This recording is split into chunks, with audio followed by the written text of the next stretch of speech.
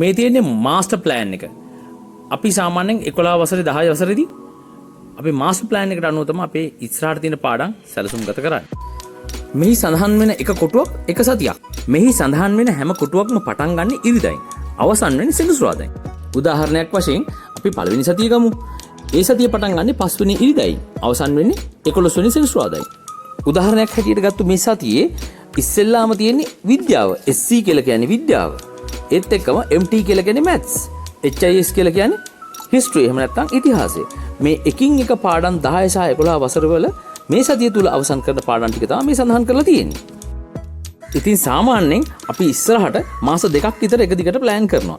එතකොට පුළුවන් වාර විභාගයට කලින් අපි කොහොමද මේ පාඩම් ඉවර කරන්න කියලා ප්ලෑන් කරන්න.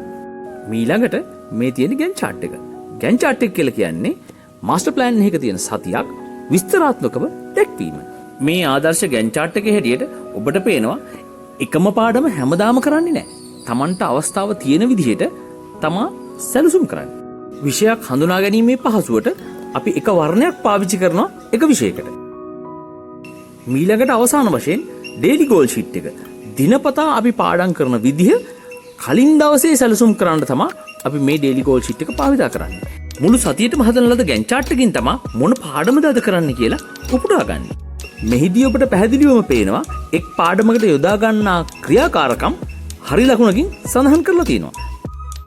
ඉවර කරපු පාඩම් වලට අදාළ ක්‍රියාකාරකම් දවස් අවසානයේදී දෙමව්පියෝ නිරීක්ෂණය කරනවා. කරලා ඉවරලා සක්සස්ෆුල් එහෙම නැත්නම් සාර්ථකයි යන කොටසේ පාඩමෙන් පාඩමට අස්සම් කරනවා. ඉතින් ඔබත් සතුටුයි ඔබගේ දෙමව්පියොත් සතුටුයි නේද? අත්විඳින්න ජයග්‍රහණය කරන්න.